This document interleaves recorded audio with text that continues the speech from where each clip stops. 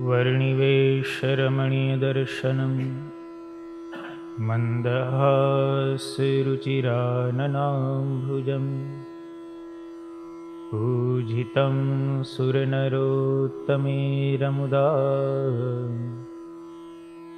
धर्मनन्दनमहं विचिन्तये। वामे यस्य स्थिता राधा श्रीश्च यस्यास्ति वक्षसि वृन्दावनविहारन्तं श्रीकृष्णं हृदि चिन्तये। ॐ अवतारिणे श्रीस्वामिनारायणाय नमो नमः। श्रीहरिकृष्णाय घनश्यामाय नमो नमः। श्रीपूर्णपुरुषोत्तमाय नमो नमः।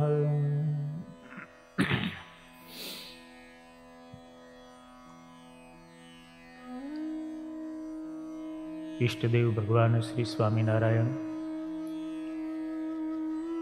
परम पूज्य सद्गुरु महंत मोहन प्रसाद दास जी स्वामी, सर्वे वंदनीय वाला भक्तजनों ने भावती जय स्वामीनारायण। गई काले शिक्षापत्री भाष्यनी कथा में आपणे 34मो श्लोक श्रवण कर्यो। ज्ञान वार्ता श्रुतिर्नार्या मुखात् कार्यान पुरुषैः न विवादः स्त्रिया कार्यो न राग्ना न च तज्जनैः। अमारा आश्रित जे भक्तजन होय तेमणे स्त्रीओना मुख थकी क्यारेय पण ज्ञान वार्ता श्रवण न करवी। स्त्रीओनी साथे विवाद न करवो અને રાજાની સાથે તથા રાજાના માણસની સાથે વિવાદ ન કરવો। ત્યાર પછી શ્રીજી મહારાજ 35મા શ્લોકની અંદર કહે છે, અપમાનો ન કર્તવ્યો ગુરુણામ ચ વરીયસામ લોકે પ્રતિષ્ઠિતાનામ ચ વિદુષામ શસ્ત્રધારિણામ।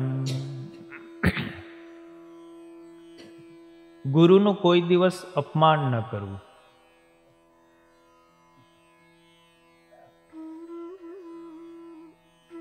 बीजू लख्यू के अतिशय श्रेष्ठ मनुष्य होय एनु पण क्यारे अपमान न करवू। लोक में प्रतिष्ठित मनुष्य होय एमनु पण क्यारे अपमान न करवू। विद्वान मनुष्य होय एमनु पण क्यारे अपमान न करवू। अने शस्त्रधारी मनुष्य होय एमनु पण क्यारे अपमान न करवू। जो करे तो कष्ट थया वगर रहे नहीं।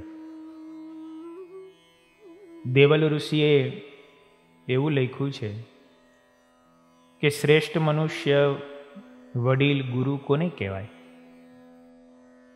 आचार्य पिता ज्येष्ठो भ्राता चैव महीपति मातुलः स्वसुरस्त्राता मातामह पितामहो वर्णश्रेष्ठ पितृव्यश्च पुंस्येते गुरवः मतः। देवल मुनिए आटला जणाने गुरु स्थाने गण्या छे।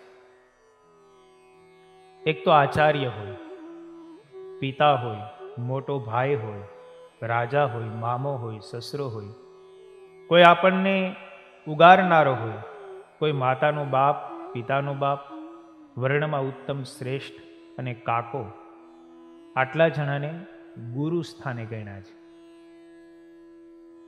के जेनी पासेथी आपणने कंईक थोड़ीक सीख मळी होय, बे शब्दों शीखवा माटे मेळ्या होय, एवानुं क्यारेय पण अपमान न करवुं। अने जो एनुं अपमान करे तो शुं थाय?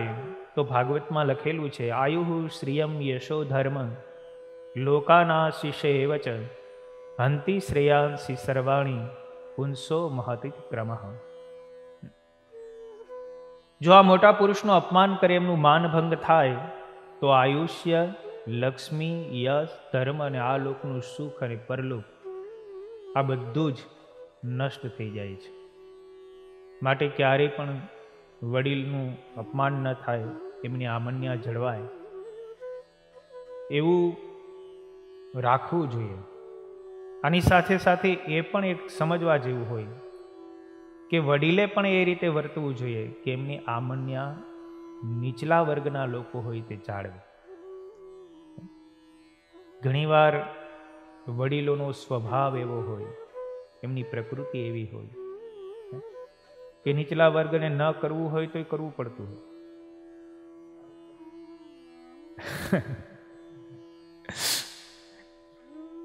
માન સન્માન જળવાતું હોય તો સારું.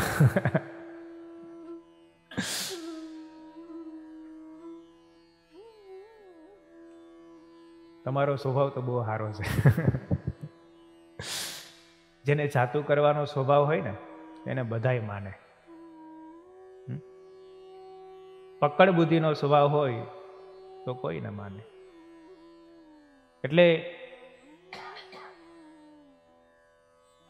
શાસ્ત્ર એવું કહે છે, વિવેક છે ને, શ્રીજી મહારાજ આ શ્લોકમાં એક પ્રકારનો વિવેક બતાવે છે. પણ વિવેક છે ને ત્યારે સાર્થક બને જ્યારે બંને પાસા સરખા હોય તો. એ પણ એક સમાજમાં સમજવાનું. કોઈ માણસ દુખી કોઈને કરી શકતું નથી. કોઈને કોઈ દુખી ન કરી શકે. દરેક મનુષ્યને સુખ દુઃખનો આપનાર પોતાનો સ્વભાવ જ હોય છે. માણસનો સ્વભાવ સારો હોય તો બધા પાસેથી એમને સુખ મળવાનું છે.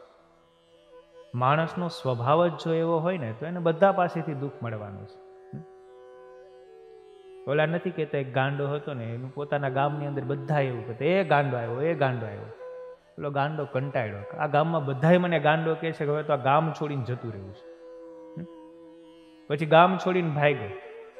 તે બીજા ગામનું પાદર હતું, પાણીની તરસ લાગી, પનિહારીઓ પાણી ભરતી હતી, તો ત્યાં જઈને કોકનું બેડું ભરેલું હતું, ત્યાં સીધું મોઢું માંડ્યું. એટલે ઓલી પનિહારી કીધું, એ ગાંડા અહીંયા ક્યાં આવ્યો? તો કે તમને કોણ કહી ગયું? તારો સ્વભાવ. એ માણસના સ્વભાવ જ એવા હોય તો એ ગમે ત્યાં જાય, એ પરેશાન હેરાન થવાનો જ છે. એટલે કોઈ કોઈને સુખ નથી આપતું, કોઈ કોઈને દુઃખ નથી આપતું. સુખ દુઃખના આપનારા પોતાના સ્વભાવ જ હોય છે. આપણો સ્વભાવ સારો હોય, નિર્માની સ્વભાવ હોય, અને એક નિયમ એવો છે, તમે જેટલું બીજાને માન આપો ને એટલું તમને માન મળે. તમે જેટલી બીજા પાસેથી માનની આશા રાખો એટલું માન જાય. માન જોતું હોય તો આપણે બીજાને માન આપવું પડે. બીજાની સાથે વિવેકથી વાત કરવી પડે.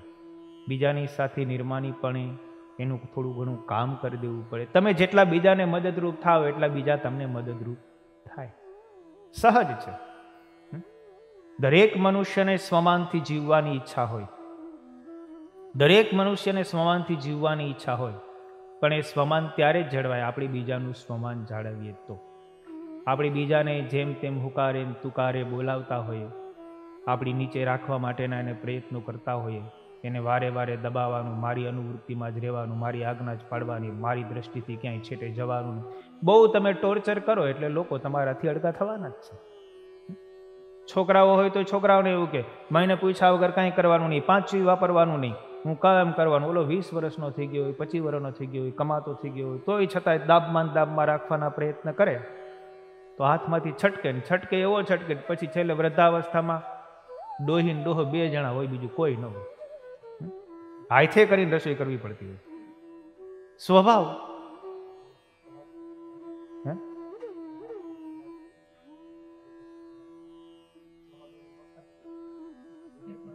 અમુક પછી એવું હોય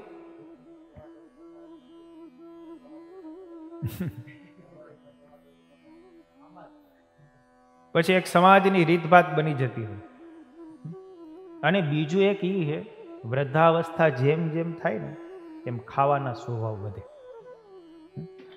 સારું સારું ખાવા જોઈએ. એ પછી સારું સારું ખાવા માટે વહુ એને કહે, વારે વારે ટક ટક કરી રાખે, આવું નથી બનાવતા ને આવું નથી બનાવતા. મોટા ભાગના ઝઘડા અને છોકરાથી નોખું રહેવામાં ખાવાનું જ મુખ્ય કારણ હોય. બોલવા ચાલવાનું, રહેવા કરવાનું કે થોડું ઘણું તો એ બધું લેટ ગો થાય, પણ ખાવાનું લેટ ગો કોઈથી નથી થતું. મોહન સ્વામી જેવો ખાવાનો સ્વભાવ થઈ જાય ને તો કોઈ દુઃખી ન થાય. જે હોય તે ખાઈ લેવાનું, કોઈની રાહ જોવાની નહીં. આ ઉંમરે પણ પત્તર વિસરનારો હોય હાજર તો વિસરે, નહીતર પોતાની હાથે.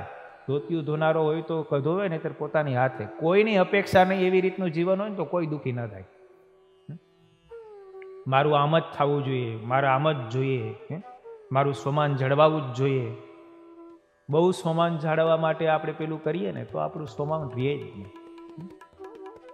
એટલે માણસ મોટે ભાગે પોતાના સ્વાદને લઈને, ખાવાની આકાંક્ષાને લઈને અને છેટો થતો હોય. એટલે રસોઈ ખરેખર તો છે ને આપણો સ્વાર્થ જોવાય. આપણે બહુ ખાવાનું પેલું કરવું જોઈએ તો આપણે અહીંથી રસોઈ કરવી પડે. કોક રસોઈ કરીને આપણે ખવડાવતું તો હુકામ ટક ટક કરવું ભાઈ. જે ઈ ખાય છે એ જ આપણને દેવાનો છે. એના માટે અલગ કરતા હોય ને આપણા માટે અલગ કરીને દેતા હોય તો આપણે બોલવાનું આવે એ સમજી શકાય. પણ જે ઈ જ ખાય છે, ઘરમાં એક જ રસોઈ થતી હોય તો જે એ ખાય છે એ આપણે ખાવાના છે. જેમ આપણા ખારું આવ્યું, કદાચ મીઠું વધી ગયું અને ખારું થયું તો એ ખાશે ત્યારે એને ખારું જ લાગવાનું છે. પણ એવો વિવેક જ ન હોય. ખારું બન્યું હોય ને ઉધડા જ લેવાનું મન થાય.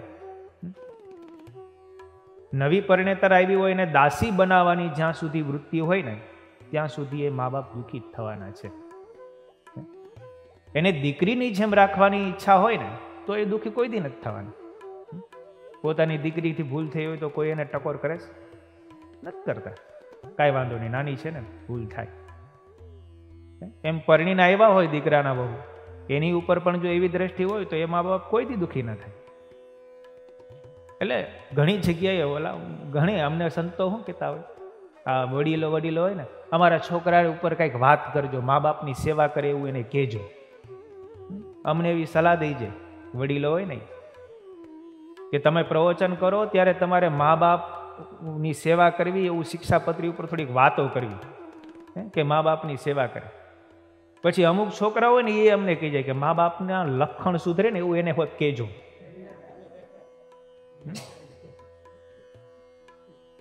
તમે જેમ કહી જતા હોય અમને, એમ છોકરા એમને કહી જતા હોય.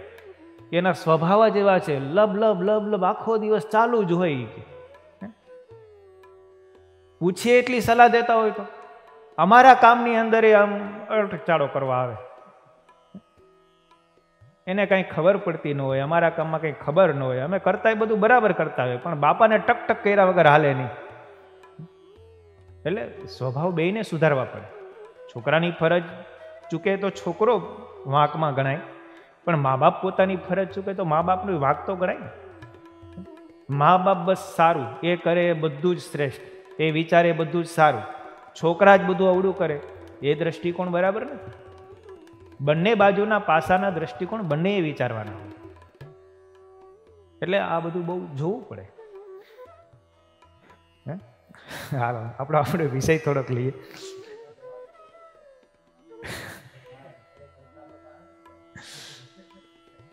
એટલે બહુ સમજવા જેવું હોય છે. અમુક વિવેક દ્રષ્ટિ બધાએ કેળવવાની હોય. પરિવારમાં કે સમાજમાં કે સંસ્થામાં ક્યારેક વડીલ વધે તો છોકરાને સહન કરવું પડે, અને વડીલની ભૂલ હોય ને છોકરા થોડોક આકરા શબ્દો કહી દે ને તો વડીલને સહન કરતા શીખવું પડે. બે બાજુના પાસા છે. પછી વડીલ એવું જ વિચારે કે અમે ગમે ને કહીએ એને સહન કરવું જ જોઈએ, પછી છોકરો બે શબ્દ જ્યારે બોલી જાય સામે ત્યારે પછી જો દુઃખ લાગી જતું હોય તો આપણે વિચારવું પડે કે આપણે કેટલી વાર એની ઉપર ટોર્ચર કર્યું છે, આપણે કેટલી વાર એને ખીજાણા છીએ. ત્યારે તો એ કાન બઠિયા કરીને બધું સાંભળી લીધું છે. તો એ છોકરો જ્યારે બે શબ્દ બોલ્યો ત્યારે આપણે કાન બઠિયા કરીને બે શબ્દો સાંભળતા શીખવા જોઈએ. આ બહુ સમજવા જેવું હોય. ના, એક વસ્તુ છે, છોકરો અવળે માર્ગે જતો હોય, સંપ્રદાયની વિરુદ્ધ, આપણે પૂજા પાઠ નિયમ ધર્મથી વિરુદ્ધ જતો હોય તો એને બેસાડીને કહેતા શીખવું. સમાજમાં એવું હોય, તમે જાહેરમાં તમારા છોકરાને બીજાની હાજરીમાં ખીજાવ ને એટલે તમારું માન ઘટવાનું જ છે. તમારા છોકરાને તમારે 2 શબ્દોને બદલે 5 શબ્દો કહેવા હોય ને તો એ કહેવાય, પણ ઓરડાની અંદર. બીજા સાંભળે એમ તમારા છોકરાને તમે વઢો ને એટલે તમારું માન ઘવાવાનું જ છે. કેવું તો કહેવાય, ન કહેવાનું અર્થ એવું નથી કે છોકરાને કહેવાય જ નહીં. એ 25 નહીં 50 વર્ષનો છોકરો થયો હોય ને તો એને વઢીને કહેવાય, પણ ઓરડામાં રૂમની અંદર પૂરીને તમે એને કહો ને તો એને એમ લાગે કે મારો બાપ મને હિતની વાત કરે છે. પણ એને તમે જાહેરમાં ધમરોળી નાખો, 2-5 માણસો સાંભળતા, પણ આને શું હોય, હું મારા છોકરાને ખીજાવું છું ને મારું ઘરમાં હાલે છે એમ વટ હોય એને. એટલે બીજા માણસ સાંભળે ને એમ જ બોલે, અને બીજા માણસ બોલે સાંભળે એમ બોલવા જાય એટલે પછી સ્વમાન ઘવાય. પછી ઓલો કેટલોક સમય સહન કરે, એ 2, 5, 10 વાર 15 વાર પછી સામે બોલવાનો જ છે એક ના એક દી. કારણ કે એને ત્યાં છોકરા થઈ ગયા હોય અને તમે એને ટક કરી જ રાખો એટલે એને એમ થાય ને મારા છોકરા પાસે મારી આબરૂ કેવી. એટલે પછી એમ થાય કે આના કરતાં નોખું થઈ જવું સારું, આપણા છોકરામાં તો આના સંસ્કાર ના આવે. આવું થતું હોય. ગૃહસ્થાશ્રમની અંદર પ્રશ્નોના સોલ તો આવે અમારી પાસે, મોટા સંતો પાસે તો બહુ વધારે આવતા હોય, પણ મોટા સંતોને વાત કરતા હોય ત્યારે અમે પાસે બેઠા હોય ને આમાંથી અમને શીખ ઘણી મળે. બિચારા બધી દુઃખની વાત કરતા હોય, બીજે તો ક્યાંય દુઃખની વાત કરાય એવું હોય નહીં, કારણ કે બધા દુઃખીઓ જ સમાજ છે. એટલે મોટા સંતો પણ બધી વાત કરતા હોય પોતાના પરિવારની અંદર કેવા ક્લેશ કંકાસો છે, એટલે અમે સાંભળીએ એમાંથી અમને આ બધું મળે કે સમાજમાં કેમ જીવવું જોઈએ. એટલે બહુ સમજવા જેવું છે. અમુક વિવેક, ઘરની અંદર કેમ રહેવું, મર્યાદા કેમ રાખવી.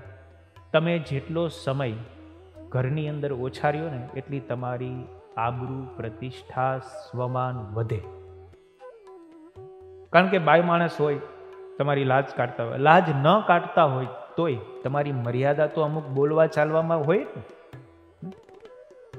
તમે જેટલા વધારે ઘરની અંદર રહ્યો ને એટલા એને વધારે દબાઈને રહેવું પડતું હોય. બાય માણસ એ છૂટથી કંઈ રહી ન શકે, છૂટથી બોલી ન શકે, છૂટથી કંઈ ક્રિયા કરી ન શકે. એને ઘરના કામકાજ કરવા હોય, એને મર્યાદામાં જ બધું કરવું પડે. પણ તમે જેટલા ઘરથી બહાર રહ્યો ને, જમવા પૂરતા અને સુવા પૂરતા ઘરમાં રહ્યો ને તો તમારી બહુ જ આબરૂ વધે. પણ અમે માની લો કે અમે સંસ્થાની અંદર અમારી વાત કરીએ, અમે અમારું કામ જ્યાં કરતા હોય ત્યાં મોહન સામે અમારી પાસે બેઠા રહેતા હોય તો અમને કામ કરવાની મજા ના આવે. મોટા સંતો હોય અમારી પાસે ને પાસે કામ કરે. હવે સહજ છે, મોટા સંતો હોય એટલે અમારે સીધું બેસવું પડે, મર્યાદામાં બેસવું પડે, વાણી વિવેકથી થોડુંક ધ્યાન રાખવું પડે. અને ઓલું સહજ આપણે વાંચતા હોય, થોડોક થાક લાગ્યો હોય તો સોફા ઉપર બેસીએ, આરામથી બેસીએ, લાંબાથી ક્યારેક વાંચીએ. મોટા સંતો હોય તો અમારાથી વાંચી શકાય એવી રીતના ના વાંચી શકાય. એમ તમારે પણ ગૃહસ્થાશ્રમની અંદર તમે ઘરે ને ઘરે હો, આખો દિવસ ઘરમાં પડ્યા રહ્યો, અથવા તો તમારે ઘરની અંદર 2-4 ઓરડા હોય ને તો એક જ રૂમમાં પડ્યું રહેવું અને રૂમનું કરી દેવું બાયણું અંદરથી બંધ, એટલે પછી બધાય છૂટા. બારે ન જઈ શકાતું હોય તો ઘરમાં વાંચો. અને જેને શાસ્ત્ર વાંચન કરવાની ટેવ પડી ને એને બીજા સ્વભાવ બહુ ઓછા આવે. એટલે વૃદ્ધાવસ્થા થાય ને એની પહેલા 40 વર્ષની ઉંમર થાય ને પછી શાસ્ત્ર વાંચન કરવાની ટેવ પાડી દેવી. જેટલી તમને શાસ્ત્ર વાંચનમાં મંત્ર લેખનની ટેવ પડે ને એટલો વૃદ્ધાશ્રમ તમારો સારો પસાર થાય. એક તો સારા વાક્યો, સારું વચન, થોડીક શીખ આવે અને આપણો સમય એમાં પસાર થાય. નહીતર વૃદ્ધાવસ્થામાં સમય કાઢવો બહુ કઠણ પડે અને સમય નીકળે નહીં પછી કોકની સાથે ગપ્પા મારે, કોકની સાથે ઝઘડા કરે, કોકની સાથે ન બેસવાના સ્થાને બેસવા જાય. એના કરતાં વાંચવાની ટેવ પાડવી. અને વાંચવાની ટેવ કદાચ ન હોય તો અત્યારે મીડિયાનો જમાનો છે. હવે આ વૃદ્ધાઓ એન્ડ્રોઈડ મોબાઈલ સારામાં સારા વાપરે છે. કથા સાંભળો, જેટલું સાંભળવાનું વધારે રાખશો, શ્રવણ ભક્તિ સૌથી શ્રેષ્ઠ કીધી છે. જેટલી કથા વધારે સાંભળશો, જેટલા તમારાથી નાના હોય ને એનાથી તમે જેટલા દૂર રહ્યો ને એટલું તમારું સન્માન વધારે જળવાય. આ ટૂંકો ટચ મુદ્દો. તમારું પોષ્ય વર્ગની સાથે તમે જેટલો સમય વધારે પસાર કરો એટલું તમારું સ્વમાન ઘટવાનું છે. તમારા પોષ્ય વર્ગથી તમે જેટલા અળગા રહેશો એટલું તમારું સ્વમાન વધવાનું છે. આ માણસ પાસે એક વિવેક બુદ્ધિ આવી ગઈ ને તો પછી એ ક્યારેય દુઃખી થતો નથી. એટલે બને ત્યાં સુધી પોષ્ય વર્ગથી દૂર રહેવું. નોખા રહેવાની વાત નથી, એના કામમાં આપણે નડતરૂપ ન થઈએ એટલે દૂર રહેતા કહેવાય. તો એ તમારી કંઈક સલાહ લેવા આવશે તો તમને કંઈક એને પોતાની અંતરની વાત કરવી કહેશે. નહીં તો તમે જેના બધા જ કામની અંદર પેલું કરી રાખશો ને તો એ તમારી એની પોતાની અંગત વાત કે કંઈક કેવું હશે ને તમને વાત જ નહીં કરે, છુપી રીતે બધા કાર્ય કરતા શીખી જશે. પછી તમને પાછળથી ખબર પડશે ને પછી તમને વધારે દુઃખ થશે. એટલે એના કરતાં થોડીક આમન્ય આપણી કેમ જળવાય, આપણી મર્યાદા છોકરાઓ કેમ જાળવી, એના માટેનો થોડોક વિવેક પણ શીખવો. શ્રીજી મહારાજ વચનામૃતમાં 42મા વચનામૃતમાં એવું કહ્યું, જેને ઝાઝા ચોમાસા થયા હોય તેને થોડા ચોમાસા વાળાએ વંદન કરવા. જુઓ કેવો વિવેક બતાવે છે. વિવેક 10મો નિધિ છે. મહારાજ સારંગપુરના બીજા વચનામૃતમાં પણ એવું કહે, જ્યારે કથા વાર્તા થતી હોય, મોટા સંતો સાથે ચર્ચાઓ થતી હોય, ત્યારે મોટા સંત વાદ વિવાદમાં હારે એમ જણાય ને તો પણ એની આગળ નમી દેવું. મોટા સંત સભામાં ભોઠા પડે એવું ન કરવું. નાનો સંત હોય, ભણેલો હોય, શાસ્ત્રમાં થોડીક ગતિ પડતી હોય, મોટા સંત સભામાં વાત કરતા હોય, થોડીક કદાચ શાસ્ત્રથી બીજી બારી વાત જતી હોય, પણ એ વાત કરતા હોય અનુભવની વાત કરતા હોય, શાસ્ત્રમાં એ ન પણ હોય, એ પોતાના અનુભવની વાત કરતા હોય, અને આને કેવળ શાસ્ત્રનું જ જ્ઞાન હોય, અનુભવ તો હોય નહીં. એટલે પોતાનો દોઢ રાખવા માટે થઈને શાસ્ત્રનું પ્રમાણ દેવા જાય ને મોટા સંતને ભોઠા પાડે. મહારાજ કે એવું કરવું નહીં. મોટા સંતનું સભામાં અપમાન થાય એવું ક્યારે પણ ન કરવું. એટલે એ પણ એક વિવેક શકું. શ્રીજી મહારાજ જુઓ પ્રથમ મધ્ય પ્રકરણના 61ના વચનામૃતમાં પણ બતાવે છે, સંસારમાં જે રજોગુણી મનુષ્ય કહેવાતો હોય એનું સભામાં કોઈ રીતે અપમાન કરવું, સભામાં એના આદર સત્કાર કરવો, માન આપવું. સ્વામી જુઓ ઘણી વાર તમારે કહો કોઈ હરિભગત આવે એમ લાગે કે સમાજમાં પ્રતિષ્ઠિત છે, કંઈક મોભાવાળો છે, સુખી સંપન્ન છે, તો તરત ભાઈ અહીંયા આવો, આગળ બેસો. એટલા માણસો વચ્ચે તમે એને પાછળથી આગળ બેસાડો ને એટલે એને એમ થાય કે ઓહો આપણું કેટલું બધી માન જાળવું છે સ્વામી. પણ એ વિવેક છે. મહારાજ કે ગ્રહસ્થ હોય કે ત્યાગી હોય એને બધાએ આ વિવેક શીખવાનો છે. અમે પણ જો તમારો વિવેક ન રાખીએ, તમારું સન્માન ન જાળવીએ, તમને બોલાવીએ નહીં, ઘણા લોકોને એવી ઈર્ષા થતી હોય. મોટા સંતોને તો પૈસાવાળો માણસ એવો નથી ને તરત સન્માન આપ્યું નથી. આપણને કંઈ બોલાવીએ છીએ, મંદિરમાં રોજ આવીએ છીએ તો અમારું કંઈ સન્માન નથી કરતા, કોઈ દી કંઈ પૂછતા નથી. અને ઓલો મોટો માણસ છે પૈસાવાળા આવ્યો હોય ને, સ્વામીને પૈસાની લાલચ છે ને એટલે પૈસાવાળાને આગળ બેહાડે.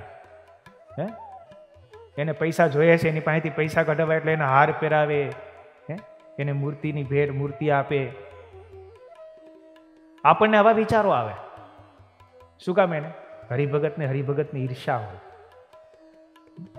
મોટા મોટા હોય એને પાછું એવું હોય, પૈસાવાળા ઘણા હોય, એમાં અમુકને સન્માન અપાતું અને અમુકને ન અપાતું, ત્યારે તો આ પ્રશ્ન બહુ જ ઉપસ્થિત થાય. પછી પાછળથી વાતો થાય સાધુ તો હાડા પૈસાના ભૂખા છે. પૈસાના ભૂખા નથી. જેને જેવું સમાજમાં પ્રતિષ્ઠિત માન હોય એ પ્રમાણે એને સન્માન આપવું પડે. શ્રીજી મહારાજની આજ્ઞા છે. જો ન આપીએ તો અવિવેક થાય, એમાંથી ઘણું નરસું થાય. મહારાજે જો અહીંયા દ્રષ્ટાંત આપ્યું, રાજા પરીક્ષિત મૃગ્યા કરવા માટે નીકળ્યા. જરાસંઘનો મુગટ પડ્યો તો તેજુરીમાં. પરીક્ષિત મહારાજને થયું આ જરાસંઘનો મુગટ પહેર્યો તો પહેરવા દેજો, કેવો છે. જરાસંઘનો મુગટ પહેરી અને પરીક્ષિત મહારાજ ગયા મૃગ્યા કરવા માટે. એક મૃગની પાછળ પડ્યા, મૃગ તો પકડાણું નહીં, ખૂબ ગાઢ જંગલમાં વહી ગયા. એમાં સમીક ઋષિનો આશ્રમ આવ્યો. સમીક ઋષિ તો પોતાના આશ્રમમાં ધ્યાનની અંદર બેઠા હતા. આ પરીક્ષિત મહારાજને તરસ બહુ લાગી. મનમાં થયું ઋષિનો આશ્રમ છે, ચાલો જાઓ. રાજા આવે તો ઋષિ હોય તો ઋષિએ સન્માન તો આપવું પડે ને, કારણ કે રાજા છે. અને ઋષિ હોય તો એની રૈયત છે. પણ ઋષિ ધ્યાનમાં બેઠા હતા, એને કંઈ ખબર રહી નહીં. રાજાનું સન્માન થયું નહીં. રાજાને થયું કે હું આવ્યો છું અને આંખો બંધ કરીને બેઠો છું, મારું સન્માન નથી કરતા, મને પાણી નથી પાતા.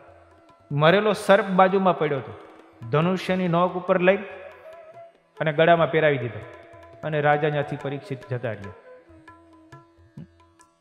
બ્રાહ્મણ ભક્ત હતા, ઋષિ ભક્ત હતા, પણ ઓલો જરાસંઘનો મુગટ પહેર્યો હતો ને બુદ્ધિ ભ્રષ્ટ થઈ ગઈ. પણ પછી મુગટ ઉતાર્યો, પછી ખબર પડી કે ઓહો આપણાથી તો અપમાન થયું. ત્યાં તો આ બાજુ ઋષિનો પુત્ર શૃંગી હતો, એને ખબર પડી કે મારા પિતાના ગળાની અંદર મરેલો સર્પ પરીક્ષિત મહારાજે નાખ્યો છે. નદીના કિનારે એના મિત્રએ એ બધી વાત કરી. નદી કિનારે જ ઊભો તો હાથમાંથી અંજ લઈને શ્રાપ આપી દીધો, તક્ષક નાગના દંશથી 7 દિવસમાં રાજાનું મૃત્યુ થાવ. શું પરિણામ આવ્યું? દુઃખી થયા. અપમાન કર્યું તો ભોગવવું પડ્યું, રાજાને ભોગવવું પડ્યું અને ઋષિને પણ પશ્ચાતાપ થયો. ઋષિને ખબર પડી, સમીક ઋષિને, કે મારાથી અપમાન થયું, ખોટું કહેવાય, મારે રાજાનું સન્માન કરવું જોઈએ. એટલે જો એવું ન કરીએ તો મહારાજ કે મોટાનું અપમાન થાય તો વિકટ પરિણામ આવ્યા વગર રહે નહીં. દક્ષ પ્રજાપતિની સભા હતી. બ્રહ્માજી ને શંકર ને બધા પહેલેથી બેસી ગયા હતા. દક્ષ પ્રજાપતિ પાછળથી આવ્યા, બધા ઊભા થયા દેવતાઓ.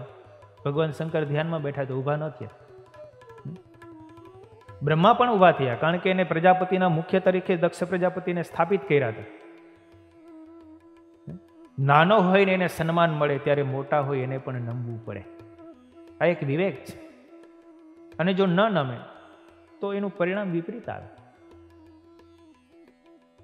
ભગવાન શંકર એમને બેઠા રહ્યા. દક્ષ પ્રજાપતિને ખોટું લાગી ગયું, મારું સન્માન નથી કરતું, આ તો મારો જમાઈ રાજ છે ને, મારા દીકરા સમાન કહેવાય, અને એ ઊભો નથી થતો.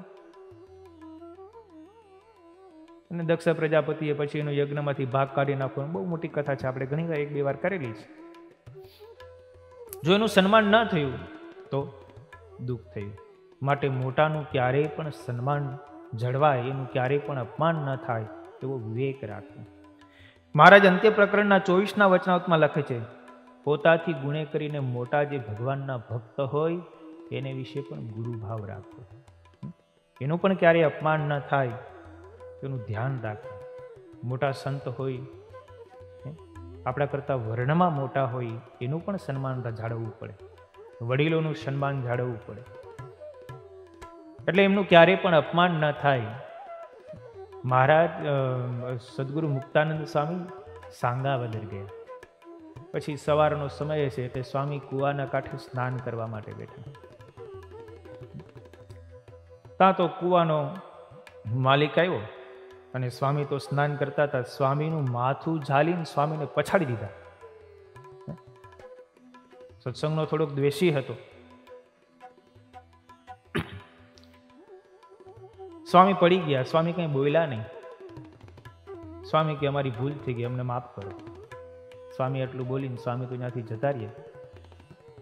પણ મુક્તાનંદ સ્વામીનો અપરાધ થયો ને એનું પરિણામ એ આવ્યું, ઘઉંનો પાંખ ઊભો હતો, રાત્રે ચોર આવ્યા, રખોપું કરવા માટે આ હતો, અને ચોરની સાથે ઝપાઝપી થઈ. એમાં 4 ચોર હતા. 4 ચોરે ભેગા મળીને ઓલા ખેડૂતને મારી નાખ્યો. શું પરિણામ આવ્યું? મોટાનો અપરાધ છે, અને અપરાધ થાય તો ગમે તે રીતે પરિણામ મળે, ભગવાન સાંખી લે નહીં. એટલે ક્યારેય પણ મોટાનો અપરાધ ન કરવો. ભાગવતજીની અંદર કથા આવે છે અંબરીશ રાજાની.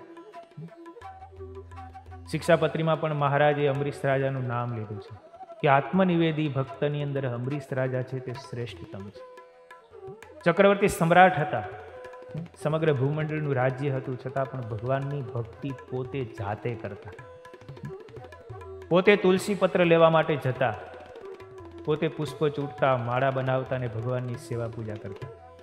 એક વખત એમણે મધુવનની અંદર 12 જેમાં પૂર્ણ છે, અધિક છે એવી એકાદશીનું એમણે વ્રત લીધું. 1 વર્ષ સુધી એકાદશીનું વ્રત લીધું. 1 વર્ષ જ્યારે પૂરું થયું ત્યારે પારણા કરવાના હતા. પારણાને 3 દિવસ સુધી એમને અગાઉ ઉપવાસ કર્યો, અને પારણાની 1 ઘડીની વાર હતી. એ પારણા કરવા માટે પોતાના પત્નીની સાથે જ્યાં તૈયાર થતા હતા, એવામાં દુર્વાસા ઋષિ આવ્યા. અને દુર્વાસા ઋષિ આવ્યા એટલે ઋષિ રાજાએ એમનું સન્માન કર્યું. અમરીશ રાજાને કીધું, મારું 1 વર્ષનું વ્રત પૂરું થાય છે, આજે મારે પારણા છે, 12નો દિવસ છે, યજ્ઞ હમણાં જ પૂરો થયો છે અને પારણા કરવાની તૈયારી છે, તો તમને પેલા જમાડીને પછી હું પારણા કરું. એટલે દુર્વાસા ઋષિ કહે છે કે તો મારે પેલા સ્નાન કરવા માટે જવું છે, હું સ્નાન કરીને આવું પછી પારણા કરીએ. દુર્વાસા ઋષિ સ્નાન કરવા માટે ગયા. આ બાજુ રાજાએ વિચાર કર્યો, ઋષિને બહુ વાર લાગી ગઈ સ્નાન કરવામાં. જો દ્વાદશી શરૂ થઈ જાય તો આખા વર્ષની એકાદશીનું જે વ્રત કર્યું છે વ્રતનું ફળ મળે નહીં. એટલે એણે બ્રાહ્મણોને પૂછ્યું કે મારે આમાં શું કરવું, આ ધર્મ સંકટ આવ્યું. ઋષિને જમાડ્યા વિના જો પારણા કરી લાવ તો ઋષિનો અપરાધ થાય, અને પારણા ન કરું તો મારું આખા વર્ષનું વ્રત છે નિષ્ફળ જાય, એનું ફળ મળે નહીં. એટલે બ્રાહ્મણોએ વચ્ચેનો રસ્તો કાઢી દીધો કે તમે તુલસી પત્ર અને એક જળની અંજલિ લઈ અને પાન કરી જાઓ, એટલે તમે પારણા કર્યા પણ કહેવાય ને ન પણ કર્યા કહેવાય. એટલે બ્રાહ્મણોના વચનને અનુસારે અને શાસ્ત્રોક્ત વાત હતી એટલે અમરીશ રાજાએ એનો સ્વીકાર કર્યો. તુલસી પત્ર મુખમાં મૂકી અને જળની અંજલિથી આજમન કરી લીધું, એટલે એને પારણા પૂર્ણ કર્યા કહેવાય અને વ્રત પૂરું થયું. એવામાં દુર્વાસા ઋષિ આવ્યા. દુર્વાસા ઋષિને ખબર પડી કે અમરીશ રાજાએ તો મને જમાડ્યા વિના પારણા કરી લીધા. એક બાજુ અમરીશ ભક્ત છે, આત્મનિવેદી ભક્ત છે, અને ભગવાન એની ઉપર એટલા બધા પ્રસન્ન હતા કે ભગવાને પોતે પોતાનું સુદર્શન ચક્ર અમરીશ રાજાની રક્ષામાં મૂક્યું કે અમરીશ રાજાને કોઈ પણ પ્રકારનું સંકટ આવે તો સુદર્શન ચક્ર એમની રક્ષા કરે. આવા ભક્ત હતા એકાંતિક, રાજા હોવા છતાં. અને દુર્વાસા ઋષિએ એમનું અપમાન કર્યું, ન બોલવાના શબ્દો બોલ્યા. તું ધર્મ ભ્રષ્ટ છો, તું ઋષિની આમન્યા જાણતો નથી, અમારા જેવા મોટાનું અપમાન કરે છે.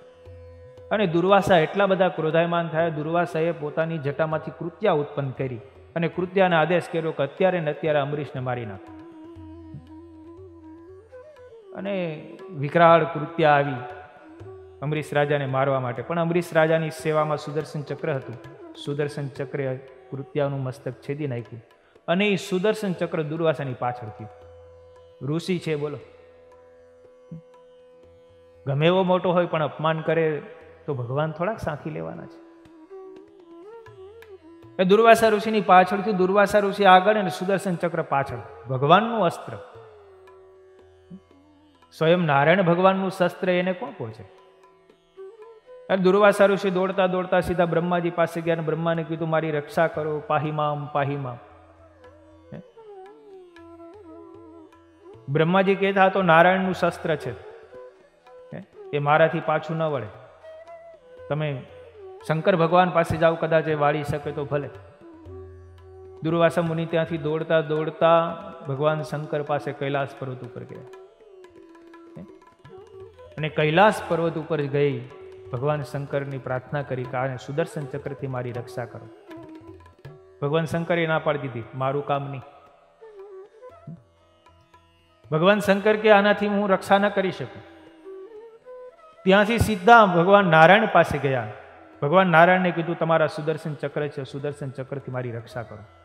ભગવાન કે તે મારા ભક્તનો અપરાધ કર્યો છે અને આ સુદર્શન ચક્ર તો મેં અમરીશની સેવામાં રાખ્યું છે. આ ચક્રથી તો મારાથી પણ રક્ષા ન થઈ શકે. એ તો જો અમરીશ કહે ને તો આ સુદર્શન ચક્ર પાછું હટે. વિચાર કરો, દુર્વાસા ભાગવત કહે છે 1 વર્ષ સુધી ચક્ર ભ્રમણ કર્યું. બધા દેવી દેવતાઓ પાસે બધે ગયા પણ કોઈથી સહાય ન થઈ.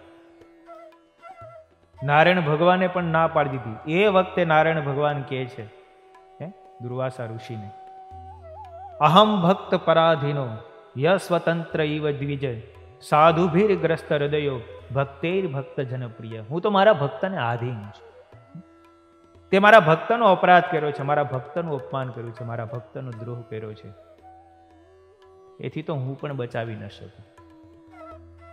માટે તું અમરીશ પાસે જા ને અમરીશ જો કે ને તો તારી રક્ષા થશે. હવે શું કરવું? દુર્વાસા મૂંઝાણા. નારાયણ ભગવાન પણ સ્વયં નથી બચાવી શકતા. જેનું અપમાન કર્યું હોય એની પાસે માફી માંગવા જવી પડે એટલે કેટલું માનભંગ થાય. પણ એ સિવાય છુટકારો નહોતો. અને દુર્વાસા તો માનની મૂર્તિ કહેવાય અને શ્રાપ તો હાલતા આપી દે. ક્રોધ તો જીવાગ્રે હોય એને. હાલતા ચાલતા ક્રોધ આપી દી, શ્રાપ આપી દી. દુર્વાસાએ જેટલા બીજાને શ્રાપ આપ્યા છે ને એટલા કોઈએ નહીં આપ્યા હોય, અને પાછા ફળે પણ ખરા. કારણ કે બધી ડાંભા જ હોય ઓલા, પણ ક્યાંક મણિધર આવી જાય. અમરીશ રાજા મણિધર જેવા હતા. એને શ્રાપ આપવા ગયા, એને મારવા માટેનો પ્રયત્ન કર્યો, પણ પોતે અટાઈ ગયા. એટલે બધે રાફડા ન ખોદાય. કોક રાફડામાંથી જો મણિધર નીકળી જાય ને તો આપણું ધનોત્પન્ન જ નીકળી જાય. દુર્વાસા ઋષિ હેરાન પરેશાન થઈ ગયા. ભગવાન નારાયણ ભક્તનો મહિમા કહેતા એવું કહે છે કે મારા ભક્તનો તો હું એક માત્ર આશ્રય છું. મારા સાધુના સ્વભાવના ભક્તોને છોડીને ન તો હું મારું સ્વયં જાતને પણ ચાહતો નથી. મારી અર્ધાંગીની એવી લક્ષ્મીને પણ હું ચાહતો નથી, એટલો ભક્તને ચાહું છું. ભગવાન નારાયણ ત્યાં સુધી બોલે છે. આગળ કે છે સ્વાધવો હૃદયમ મહ્યમ સાધુનામ હૃદયમ ત્વહમ મદન્ય તે ન જાનંતી નાહમ તેભ્યો મનાગતિ. હે દુર્વાસાજી, હું તમને બીજું તો શું કહું? મારા પ્રેમી ભક્તો તો મારું હૃદય છે, અને તે પ્રેમી ભક્તોના હૃદયમાં હું નિત્ય નિવાસ કરીને રહું છું. મારા સિવાય જે બીજું કાંઈ ઈચ્છતા નથી ને એવા ભક્ત તો મારા માટે સર્વોત્તમ છે. તે અમરીશની જ્યાં સુધી તું માફી નહીં માંગ ને ત્યાં સુધી સુદર્શન ચક્ર શાંત નહીં. અને એ દુર્વાસા ઋષિ અમરીશ પાસે આવ્યા, અમરીશના હાથ જોડીને માફી માગી. અમરીશને કહ્યું મને માફ કરો. રાજા અમરીશ પણ કેવા, રાજા અમરીશે તરત જ એવું કહ્યું, હે દુર્વાસા મુનિ, જ્યારે તમે પ્રથમ વાર આવ્યા હતા અને તમારા પ્રત્યે જેવો ભાવ હતો એવો ને એવો ભાવ જો અત્યારે પણ મને તમારા પ્રત્યે હોય તો આ સુદર્શન ચક્ર શાંત થઈ જાય. સુદર્શન ચક્ર શાંત થઈ ગયું. જે પોતા ઉપર અપકાર કરે છે એના પ્રત્યે પણ દુર્ભાવ જેને ન હોય ને એને ભક્ત કહેવાય. આપણે તો કોઈ અપમાન કર્યું તો આપણે જીવીએ ત્યાં સુધી મૂકીએ નહીં એને. પણ અહીંયા અમરીશ ભક્ત એવા હતા, દુર્વાસાને એવું કીધું કે જેવા તમે પ્રથમ આવ્યા હતા ને તમારા પ્રત્યે મને જેવો ભાવ હતો એવો ને એવો ભાવ જો અત્યારે હોય ને તો સુદર્શન ચક્ર શાંત થઈ જાય. અને શાંત થઈ ગયું. અને અમરીશ રાજા એ દુર્વાસા મુનિને જમાડ્યા, એમનું પૂજન કર્યું. દુર્વાસા મુનિ આશીર્વાદ આપીને ગયા. એટલે મોટાનું કોઈ દિવસ અપમાન ન કરવું, ભગવાનના ભક્તોનો ક્યારે અપરાધ ન કરવો. અને જો અપરાધ કરીએ તો એનું વિકટ જ પરિણામ આવવાનું છે. ચિત્રકેતુ મહારાજ જુઓ ને, કરોડ સ્ત્રીઓ હતી, સંતાન નહોતું. નારદજીના અંગીરા ઋષિના આશીર્વાદથી સંતાન થયું. પણ નારદ મુનિએ એવું કીધું કે તમને સંતાન થાય ને તો હર્ષ શોક એવું નામ પાડજો. ચિત્રકેતુ મહારાજને એક પત્ની થકી કરોડ સ્ત્રીઓ હતી, એમાંથી એક થકી સંતાન થયું. ચિત્રકેતુ મહારાજ બહુ રાજી થયા. પછી જે રાણીથી સંતાન થયું હતું ને એને જ પાસે ને પાસે રાખે, એનું માન સન્માન બહુ વધ્યું. એટલે બીજી બધી રાણીઓને ઈર્ષા થઈ. એને મનમાં થયું આ ચિત્રકેતુ મહારાજ ને અમારા પ્રત્યે હવે હેત ઓછું થઈ ગયું છે. આ રાણીને પુત્ર જન્મો છે ને એટલે એ રાણીની સાથે જ ફરે છે. બધી રાણીઓ ભેગી થઈને એવું નક્કી કર્યું કે આપણા દીકરાને જ મારી નાખીએ તો રાજાને આપણા પ્રત્યે હેત રહેશે. ઝેર આપીને મારી નાખ્યો. રાજા અત્યંત દુઃખી થયા. અંગીરા મુનિ ને નારદ મુનિ આવ્યા, એને સમજાવ્યા, અમે તો તમને પહેલા જ કહ્યું હતું પુત્રમાં સુખ નથી, પણ તમારી બહુ ઈચ્છા હતી એટલે તમને પુત્ર આપ્યો. અમે એનું નામ જ એટલે એવું પાડ્યું હતું હર્ષશોક. તમને એનાથી આનંદ પણ થશે અને શોક પણ થશે. ચિત્રકેતુ મહારાજને ઉપદેશ આપ્યો, આ સ્ત્રીઓમાં સુખ નથી, રાજ્યમાં સુખ નથી, પુત્રમાં સુખ નથી. સાચું સુખ તો હરિભજનમાં છે. અને ચિત્રકેતુ મહારાજને વૈરાગ્ય પ્રાપ્ત થયો. કરોડ સ્ત્રીનો ત્યાગ કરી દીધો. મહારાજે વચનામૃતમાં લખ્યું, રાજ્યમાં અને ધનમાં અને સ્ત્રીમાં જો સુખ હો તો ચિત્રકેતુ મહારાજ આદિ કરોડ સ્ત્રીઓનો ત્યાગ શા માટે કરે? એમાં એને દુઃખ દેખાણું. નારદજીના ઉપદેશથી, અંગીરા ઋષિના ઉપદેશથી વૈરાગ્ય પ્રાપ્ત થયો. અને ચિત્રકેતુ મહારાજ રાજ્યનો ત્યાગ કર્યો, કરોડ સ્ત્રીઓનો ત્યાગ કર્યો અને પરમાત્માનું ભજન કરવા માટે જંગલમાં ગયા અને એવું તપ કર્યું. અને ચિત્રકેતુ મહારાજ વિદ્યાધરોને ઉપાધિને પ્રાપ્ત થયા. એટલી શક્તિ પ્રાપ્ત થઈ કે આકાશમાં એમને મધરપદર ઉડતા. આટલી શક્તિને સામર્થ્ય પ્રાપ્ત થયું. પણ એક વખત આકાશ માર્ગે જતા હતા, કૈલાસ પર્વત આવ્યો. કૈલાસ પર્વત ઉપર ગણોની સભામાં ભગવાન શંકર અને પાર્વતી વેદિકા ઉપર વિરાજમાન હતા. આગળ ગણોની સભા બેઠી છે. ભગવાન શંકર પાર્વતીને ખોળામાં લઈને બેઠા છે અને એ ચિત્રકેતુ મહારાજ આકાશ માર્ગેથી પસાર થયા. આગળ ગણો બેઠા છે ને કાંઈ મનમાં નથી શંકા કે ભગવાન શંકર પાર્વતીને ખોળામાં લઈને કેમ બેઠા.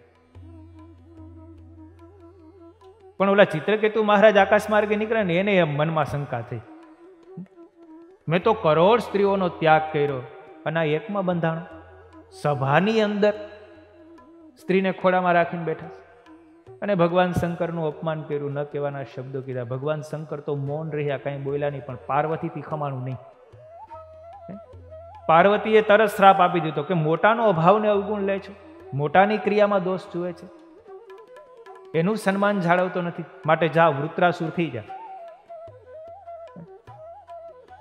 કરોડ સ્ત્રીનો ત્યાગ કર્યો તો, તપ કરીને ભજન કરીને એવી મોટી પદવીને પામ્યો હતો, પણ મોટાનો દોષ લીધો તો અસુર થયો. શું મળ્યું? એટલે ક્યારેય પણ મોટાનું અપમાન કરવું નહીં, એમનું સન્માન જળવાય. એટલે શ્રીજી મહારાજ આ શ્લોકની અંદર લખે, ગુરુજનોનું, વડીલોનું, વિદ્વાનનું, શસ્ત્રધારીનું કે સમાજમાં પ્રતિષ્ઠિત મનુષ્ય હોય એમનું ક્યારેય પણ અપમાન ન થાય. અને જો અપમાન કરે તો એમાંથી કંઈ પણ પ્રકારનું સંકટ આવ્યા વગર રહે જ નહીં.